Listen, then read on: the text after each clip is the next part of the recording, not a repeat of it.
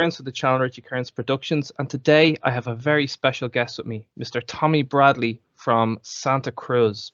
What's up, Tommy? What's going on, my guy? Thanks for having me on.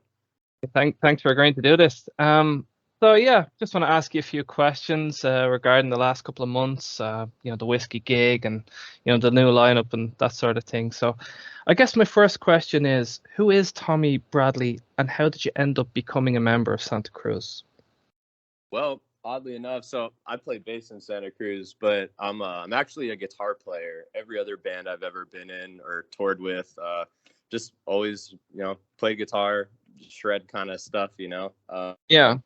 That's kind of how I got known, and that's kind of how I ended up in Santa Cruz because Jerry, the guitar player, I've been friends with him for like years, and we met through guitar circles, musician circles, the usual shit, right? Yeah. So I guess Archie had reached out to Jerry when he was putting the lineup together, locked him in first, and Jerry reached out to me, and he's like, "Hey, like, I know you play guitar, but we need a bass player." And I was like, "Well, cool, because I'm about to quit my band, so this works out perfectly fine." Like transferring over to bass guitar, was that hard enough for you, or like was it an easy transition? Oh man, it is so easy because, well, bass is fucking easy. Yeah, no, like it's cool because even though like I'm a guitar player, a lot of my like musical heroes are bass players. Like Nikki Sixx from Motley Crue is like my biggest inspiration, I'd say. He's pretty So cool, man. I was like, oh, what, cool. Like I can just kind of role play a little bit, and it was nice because my old band, the shit was like really like shreddy, pretty heavy, kind of like 80s meets metalcore kind of thing. So I Yeah. was kind of stoked to just rip some gigs where I can just hang out and have fun. I don't got to worry about playing any hard shit. I can, focus on the show and interacting with the crowd, that kind of stuff. So it's been cool. I'm digging. Nice. Were you a fan of Santa Cruz before you joined the band? Have you heard of them, or? Oh yeah, actually, that's a big reason as to why I joined Santa Cruz. Is when I was in high school, I was a fan. I can remember being on the bus going to school and watching the video for Anthems for the Young and Restless. I, So oh, I told Archie this. We were at the whiskey show before we played because I didn't really try to say anything that I was like a fan before I joined, because I try yeah. to keep it chill. But like I'd actually gotten in a car crash a couple of years ago, and I was blasting Velvet Rope when it happened. So yeah, man, I've been a fan. Fucking hell. Jesus, that's some fucking story. Yeah, right. That's a real heavy riff as well, isn't it, Velvet Rope? Oh yeah, that's probably my favorite song for sure. It's a good Yeah. one. Did it take you long to recover from that car crash? Were you injured Uh, bad? Like, Well, my car never recovered, but I was cool. I was cool. I was cool. I had like a date that night, and I was like, oh shit, like I got to get it together. yeah. So, since Archie is based in Finland, how does rehearsing for a gig work for you guys? Do you just do it over Skype, or how does it work? Um, so usually what'll happen is me, Jerry, and the drummer Randy, we'll get in the room and I'll jam the music together, just us three, until Archie comes into town, and then we'll run rehearsals with the full band. Yeah. But we all talk every day. We got like a group chat, so we're always shooting the shit. Ah, not so bad. Yeah. So, let's talk about the whiskey gig. Judging from the videos, for the most part, I thought the gig was going pretty well. The crowd seemed to be digging the set, but at some point, things started to go wrong. Just in your own words, can you tell me what happened and how you felt in that moment when everything was so Um, going pear-shaped? Oh man, that was a pretty bittersweet gig, bro. Because Yeah. being a fan, I was like super stoked to go play these songs that I grew up listening to, and the place was packed, like front to Yeah. back. Like there was tons of people, and like the crowd reactions, even when things were kind of going south, were still good. So it was like I have to remind myself that like the people had fun, right? And like our Yeah. job up there is to entertain the people, and they definitely were entertained that night, for better or for worse. You know, Like, I'll chalk it up to technical difficulties. Like, did you guys have much time to prepare for the gig before you knew it was happening, or was it a rush Um, job? I mean, I guess, well, from the time that I was like the last guy to join, and I'd say from the time I joined to the time of the gig wasn't a lot of time, Yeah, you know. I thought the rehearsals were pretty solid, you know. yeah, But it's rock and roll, bro. Sometimes shit just happens, man. You got to be prepared for anything, you know. And absolutely. I just think some of the things that happened kind of caught some of us off guard, you know. So, Yeah, but we're working out the kinks. I'm very positive that the next one will be much different. nice. No, I mean it was 2 years after COVID as well, and there's a stark contrast between what a lot of these sites that posted articles about this gig said versus what I seen in the videos, which was a crowd having a good time. Mistakes happen in gigs. I did a gig last November. I had to learn 20 songs. I was just singing backing vocals, but during the middle of the song, I I forgot the lyrics. It happens, man. Shit happens, and you Oh, gotta roll with it. absolutely. Uh-huh. No doubt. I mean, dude, I've seen every band has had, technical difficulties. I mean, I saw a video the other day of Kiss fucking up their show. I was in Malta a month ago to see Bring Me the Horizon, and during the second night of their set, like the power dropped out. So it's like, dude, it happens to everybody, man. So Yeah, I I ain't too I think I ain't too people bugged forget about it. this. Yeah. Yeah, right. Yeah. So after the gig, Eddie Trunk and Steve Rochelle and Metal Sludge and a few other sites took to social media and had some negative things to say about the gig and the use of track. Do you think it was fair that people of their status targeted your band when so many bigger bands in the industry use track these days? Nah, honestly, I thought it was pretty fucking lame.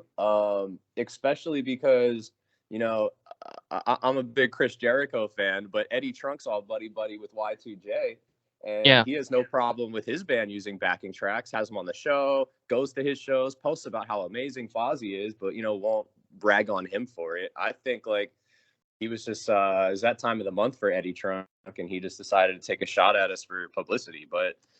That sucks because I was a fan of Eddie Trunk growing up too, and I thought what he did is just like super unnecessary, bro. Like, I would love when we play in New York because I know he's a Jersey guy. I'd be more than happy to, have him come through, give him a nice seat backstage, and see what he has to say then. yeah, man. I mean, like I was a bit shocked by it myself. I mean, a person of his status, going after you guys, your first gig back, you know, he could have picked somebody else, So, Yeah, absolutely. He has no problems when his dinosaur buddies do it. He's a Kiss fan, and he ain't out here ragging on Kiss, right? exactly, yeah. I mean, these people, they pick and choose who they want to target, and funnily enough, when you target them, they're not too happy about it. Oh They can no, give it, but they can't take it. right? Um, Exactly. so, do you think Archie's reaction after the whole thing was the correct reaction to the situation? I'm trying to figure out the most diplomatic way to answer that one. He's what can I say, bro? He's rock and roll to the core, man. He's not afraid to say what he's feeling, and for better or worse, at least he's honest. Exactly, yeah. I mean, we're living in an era of political correctness. I think if he had done what he did in the early 90s, he would have been praised as a hero. Be all over like fucking MTV. Oh, But absolutely, absolutely. And I guess that's where I can get down with his reaction because, like, yeah, like back in the cut, bro, it's like rock stars just said whatever the fuck they wanted, and if you didn't like it, well, fuck you, you know.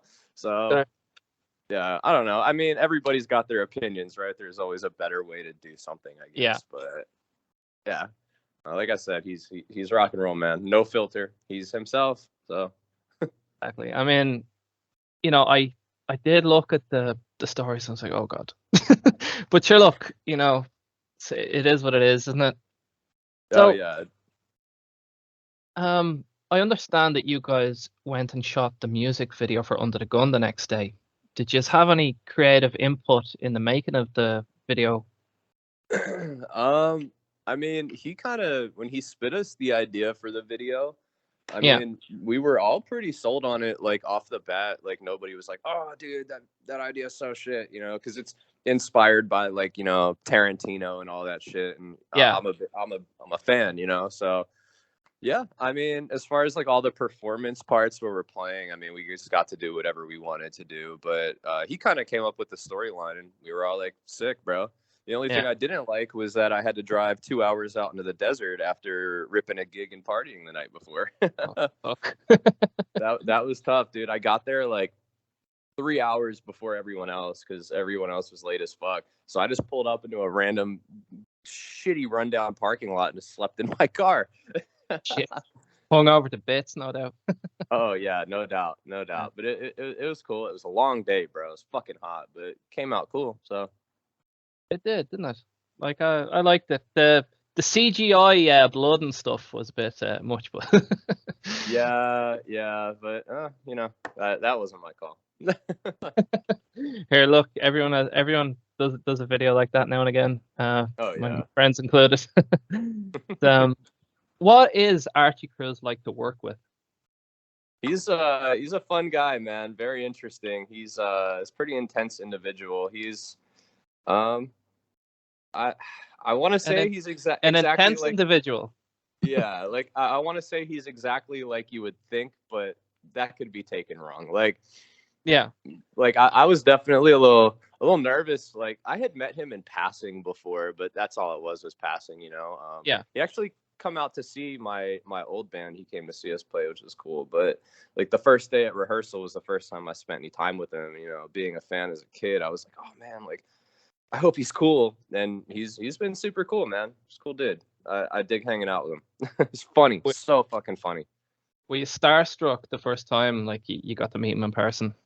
Nah, I don't get starstruck. Okay, well that's not true. I got starstruck probably like 2 or 3 times in my life. Meeting Nikki Sixx, meeting Dave Mustaine. Those ones definitely got me. But I was, I was there to, be a contributing member and a professional. So I had to put all that aside and just do my job. I'm I try to not be starstruck, but I've met a few people. I've met obviously I've met Tracy Guns, Phil Lewis, and all them boys, and Okay. I was sitting on the tour bus with them a few years ago, and I'm sitting with Tracy just hanging out because my mate was on a tour with them, and I could just completely broke character. I was like a scene out of Wayne's World. We're not worried, I was like, oh my god, I love you. Yeah. That's Uh, awesome. Wayne's World. yeah. Fucking happened as well with Bobby Jean Brown. I got to interview her a few years back as well. But the timing for that was way off. I ended up getting really drunk at a house party, and then she was like, "Oh yeah, let's do the interview now." And you're like, I can't even walk right now, dude. Yeah. So I was trying not to Uh, let on that I was drunk as well. But sure, look, it turned out all right. there you go. Makes for a good story, right? Absolutely. So does Archie Cruz let you guys contribute to any of the writing for like future material or anything like that? Or is So I mean, we're sitting on a record that's going to come out in August, and all of that stuff was written prior to the lineup being put together. yeah. So everything that's coming out is all, done by him. But I'm sure when it comes to the next cycle, we'll all be in there. Yeah. So, as you know, Santa Cruz is a band with a long history and a legion of loyal fans. A lot of them love the original lineup. They find it hard to accept that there's yet again new members in the group. What do you say to these people who maybe don't believe in the new lineup or believe that Santa Cruz might be done? I mean, the original line is fucking amazing. These dudes were so fucking good. Yeah. But I think what we got going on is cool. I think the new music that has already come out is good. I think it's definitely more of a return to form for the older fans. I think the new Nice. record sounds a lot more like old Santa Cruz. So I mean, if you like the old Santa Cruz, you'll love the new shit. And I advise anybody who didn't come to the last gig to come check us out. Definitely definitely keep it interesting live, you know. So Yeah, to me, it's about the music, man. You know, if the music's good, that's all that matters. You know, exactly. like I mean, Megadeth has had so many lineups, Kiss has had so many lineups, but the music's always great, and that's all that matters. that's I think you're right on all accounts. Like personally, I loved Catharsis. I know that was an issue for a lot of original fans, but I really liked the change in music. It's, Yeah, I thought Catharsis. I'm in a kind of interesting boat with that one because when it first came out, I was kind of like I was a little iffy too, just mostly probably due to the lack of guitar solos. But after yeah. I joined the band, I went through and I was learning the whole discography, and I was like, you know what, this record's actually sick, and I really like that it had more modern touches to it. I think that's something I would maybe like to do on the next record is maybe combine some of the old sound with some of like that more modern edge to it. Yeah, that would be interesting. Like Archie put up a lot of videos during the making of Catharsis, you know, of guitar solos and stuff like that. And there was one guitar solo that was very like Changing a Season. Is that I think that's the name of it. Changing a Season, right? Yeah, And you know, he could have made that song sound like original Santa Cruz. I'm willing to bet there's a demo that sounds like there's a hard rock version of that. So he could have went that way, but he chose to do something new, I think, and it was a risk, but I liked it. I don't know. yeah. I mean, you always you can't just keep making the same record because if he just went and made Bad Blood Rising again, everybody'd be like, well, this sounds like the last record. It's like it's impossible to please everyone, you know. So you just got to do what you want to do. Exactly. And if you're going to be on the bill with like, different artists, rock artists of today, you've got to kind of adapt a little bit, you know? Absolutely, absolutely. Yeah. So when is the next gig for you guys? The next gig is it's in New York. I believe it is excuse me, sorry. I believe it is August 16th. Let me double check that. I don't want to give anybody the wrong info here. The next one is yes, August 16th in New York at Bowery. Fuck, I can't talk right now. Bowery Electric in New York City. Yeah, and then it's gonna be a lot of fun. That with the Wild Street Boys, is it? Yes, those dudes are awesome, man. Yeah. Super cool guys. I'm so stoked to go rip a gig with them, man. Yeah. I love their music. No, have you any dates lined up in Europe maybe in the future? Would just be planning on maybe doing another tour of the UK. I know you guys don't have a big following where I'm from, but across the pond, I wouldn't mind going and see you guys. Yeah, there are definitely plans for that. We're kind of in the process of locking those kind of things down right now. There Nice. are just some what's the word I'm looking for? Maybe some formalities and logistics we have to work out before we get over there. But definitely next year, I am like 99.999% certain that we will be in Europe. Well, nice. And I'm just gonna put that out there, since my friends are in bands and stuff. If you guys need an opener for the gig, I'd certainly be willing to show you what my friends are made of. If you Oh want yeah, that. totally. I mean, I'm even just for myself. I'm always on the lookout for new bands, seeing what's going on. So Yeah, yeah, man. yeah. I'd love to check them out. Maybe I'll if they're sick, I can pass them on to the boss. Nice. Tommy, I've really had fun talking to you. I'm all out of questions, but thanks very much for giving me this opportunity. I really appreciate it, buddy. Oh, of course, man. Thank you so much for having me. It was a blast, bro. Yeah, you too. All right, buddy. All right, man. All right, take care. Bye, bye, bye. Have a good one. All right.